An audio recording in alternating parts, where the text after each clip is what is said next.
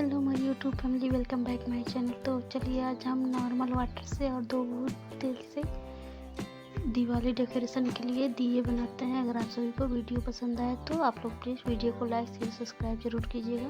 तो हमने एक कलर ले लिया है और ये वाटर नॉर्मल है जो उसको एक साथ मिला के इसमें चला देंगे और इस तरह से एक घोल बन जाएगा। तो आप लोग प्लीज़ वीडियो में बने रहिएगा लास्ट तक, और वीडियो पसंद आए तो लाइक शेयर सब्सक्राइब जरूर कीजिएगा। तो चलिए स्टार्ट करते हैं।